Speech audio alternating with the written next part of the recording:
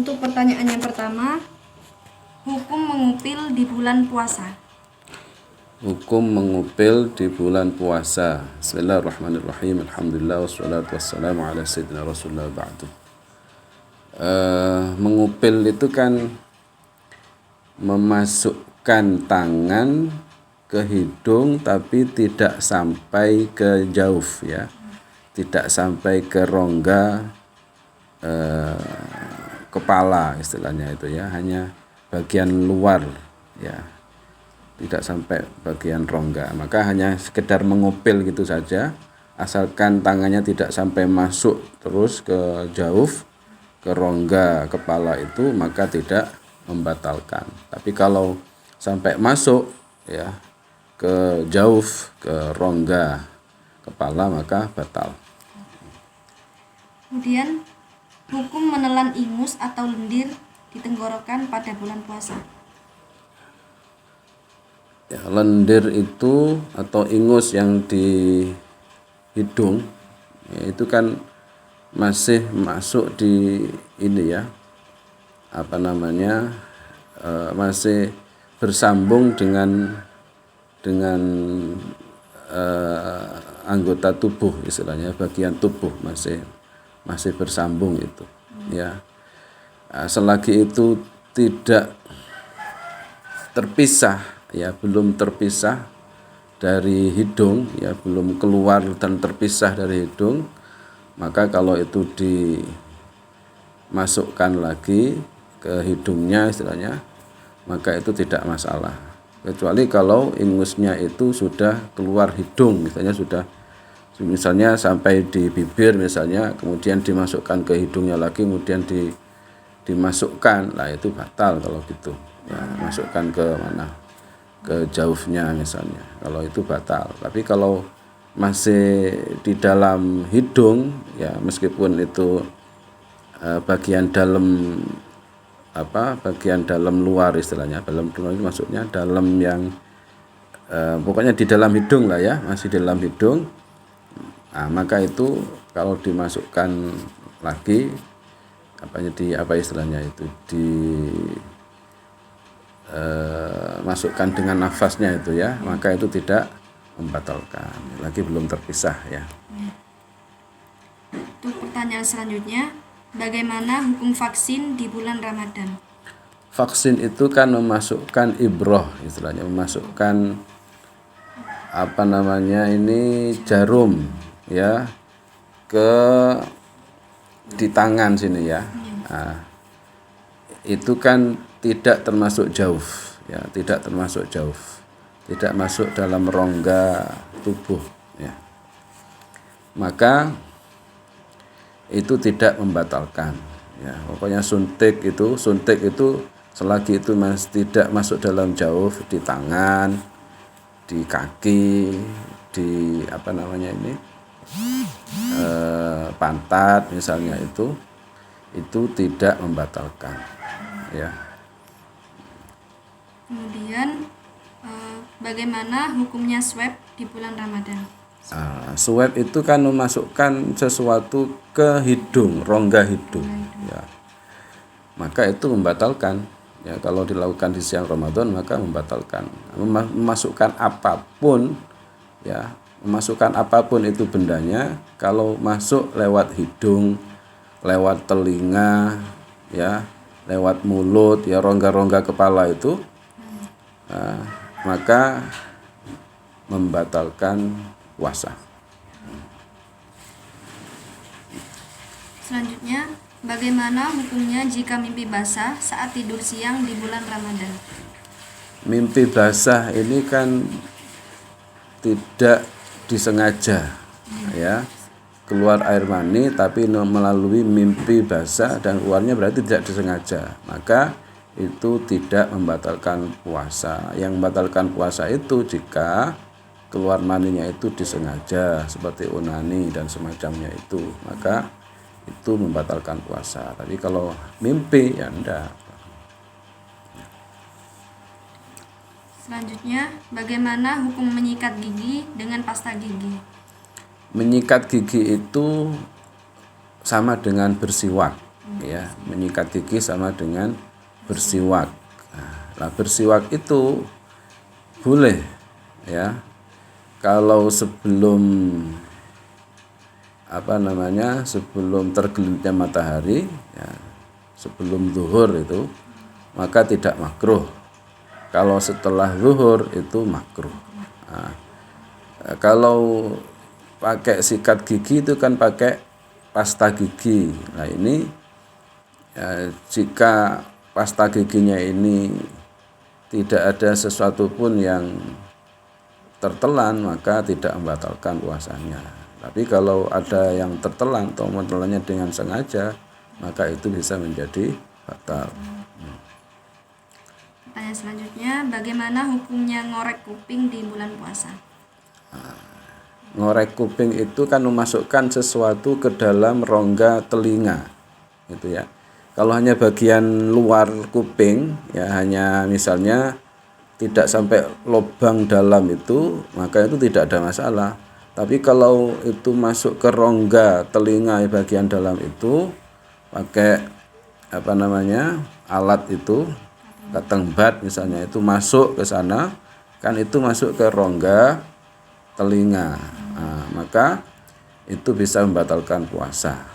Ya, pokoknya memasukkan apapun ke rongga kepala ya, maka itu membatalkan puasa. Pakai alat apapun baik itu yang makanan atau selainnya ya, maka itu membatalkan puasa.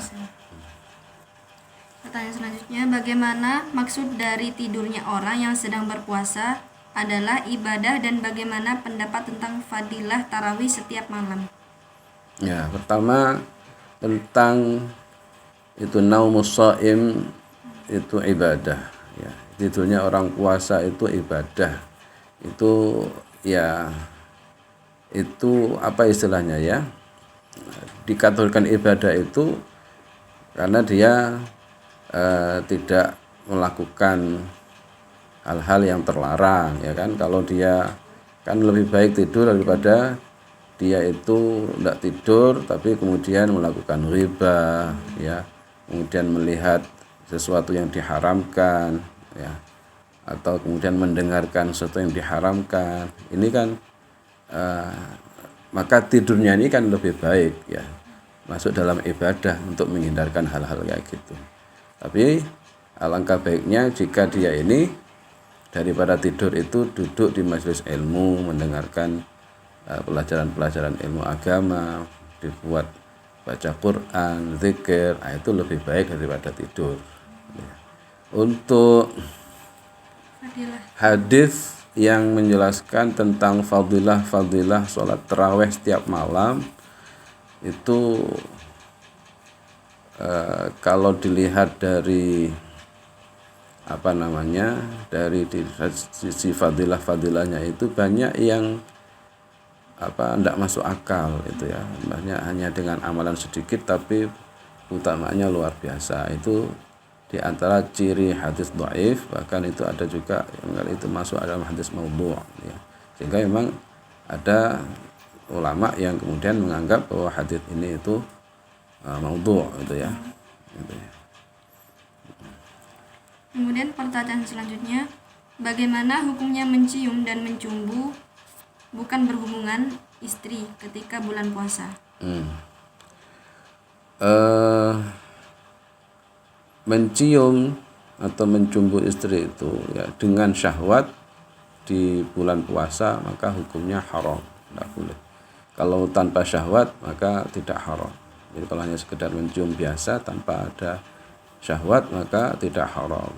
Nah, sekarang kalau mencumbu itu masuk syahwat apa enggak? Ya, kalau mencumbu jelas itu kan, cumbu itu kan termasuk muqaddimatul juma' berarti itu ya. Berarti itu ya syahwat, berarti itu jelas itu haram. Kalau hanya sekedar mencium tanpa syahwat maka tidak haram. Pertanyaan selanjutnya, dalam berfikih kita diperbolehkan untuk talfik dengan catatan ketika syarat rukun ikut imam A maka batalnya pun harus ikut pendapat ikut imam A. Pertanyaannya, bagaimana status niat puasa yang kita bisa menggunakan pendapat Imam Malik namun sejauh ini kita tidak belajar batal syarat maupun rukun puasa menurut Imam Malik? eh, dalam masalah rukun puasa dalam mazhab Maliki itu tidak jauh beda dengan mazhab Syafi'i, gitu ya. Kemudian hal-hal yang membatalkan puasa juga tidak jauh beda dengan mazhab Syafi'i. Maka dalam hal ini ketika kita menggunakan pendapatnya Imam Malik dalam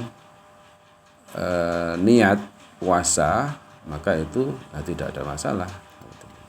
Selanjutnya, apakah pekerja berat seperti kuli bangunan, penuai padi, dan sesamanya boleh membatalkan puasa? Atau mereka memang tidak puasa, bolehkah? Orang yang tidak mampu untuk berpuasa maka boleh tidak puasa, ya. Boleh boleh membatalkan puasanya, ya. Tapi kuat dan tidaknya seseorang itu terhadap puasanya itu kan tidak bisa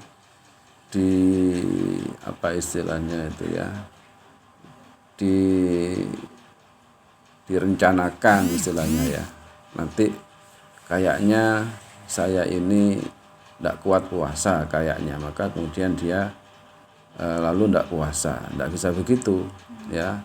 Jadi harus niat puasa dulu, ya, harus niat puasa dulu. Ketika dia memang tidak kuat berpuasa, maka dia boleh membatalkan puasanya. Jadi bukan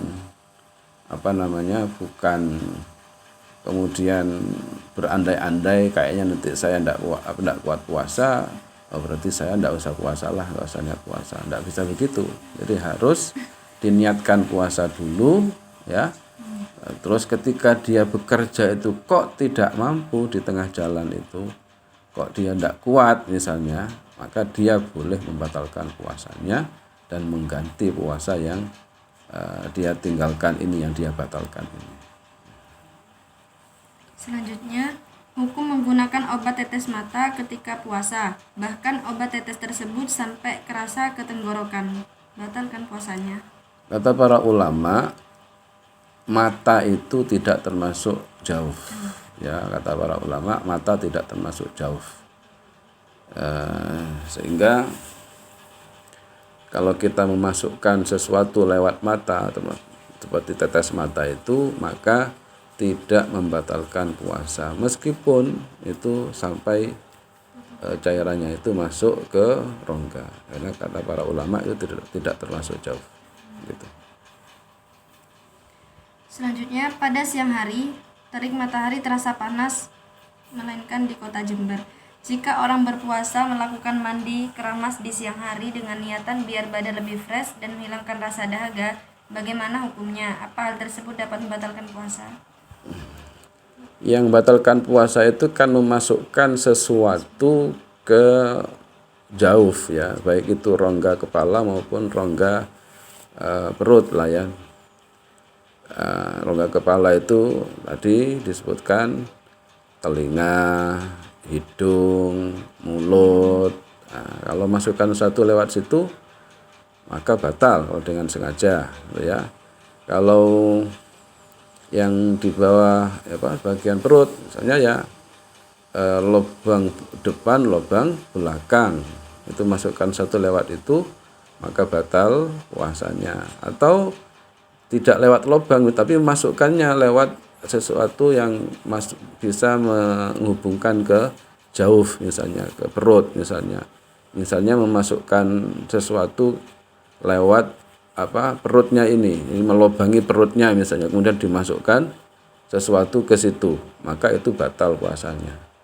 Kalau tidak masukkan sesuatu maka ya tidak batal puasanya, ya, meskipun dia itu mandi, setelah mandi itu dia seger misalnya, ya tidak membatalkan puasanya, tidak masukkan sesuatu, kecuali ketika mandi itu dia sambil minum, ya batal. Atau ketika mandi dia sengaja memasukkan itu ke telinganya atau ke hidungnya misalnya, maka itu batal. Kalau tidak masukkan sesuatu ya tidak batal, meskipun meskipun seger setelah itu gitu ya. Hukumnya makruh yang keramas itu siang hari.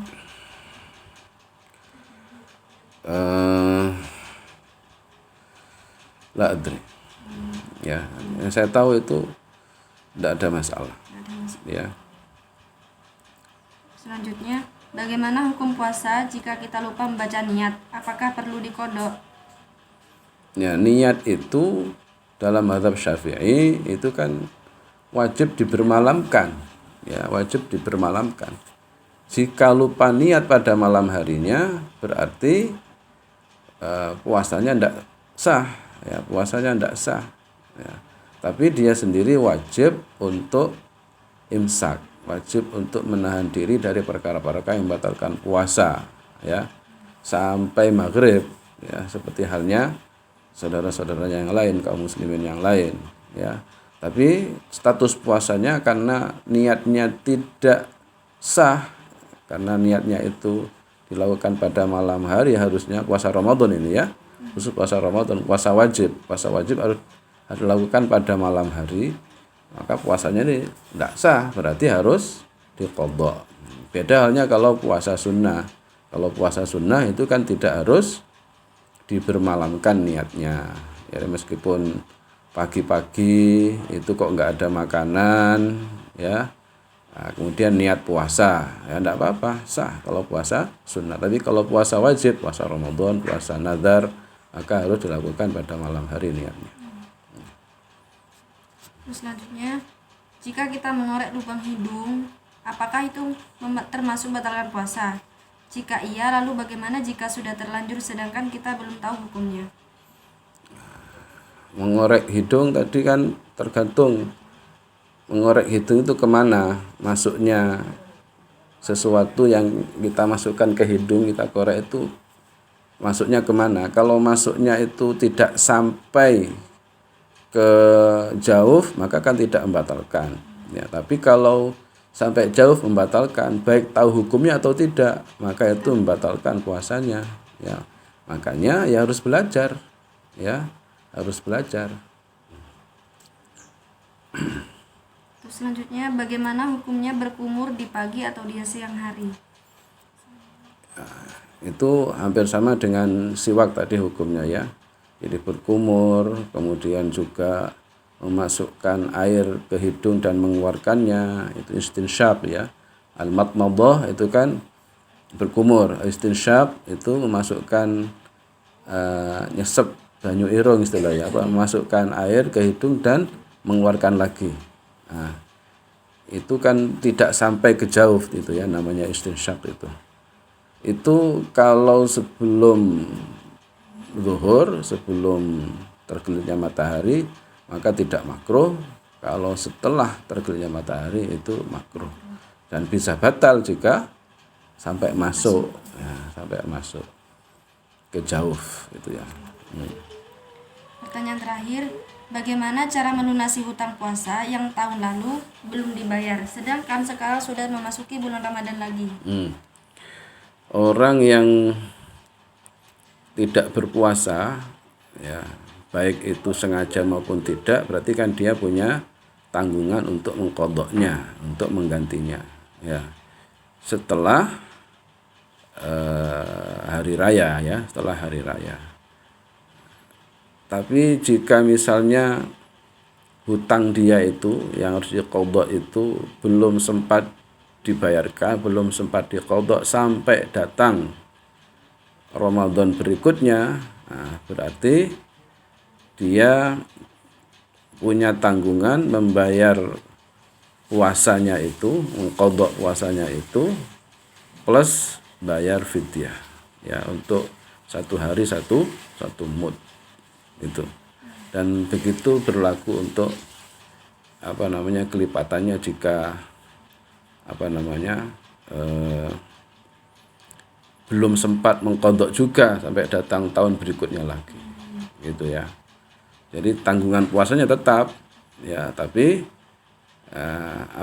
kalau misalnya tahun kedua itu belum sempat qadha juga, berarti ya fidyahnya jadi dua jadinya, gitu. Barakallahu fikum. Terima kasih. Wassalamualaikum warahmatullahi wabarakatuh. Waalaikumsalam.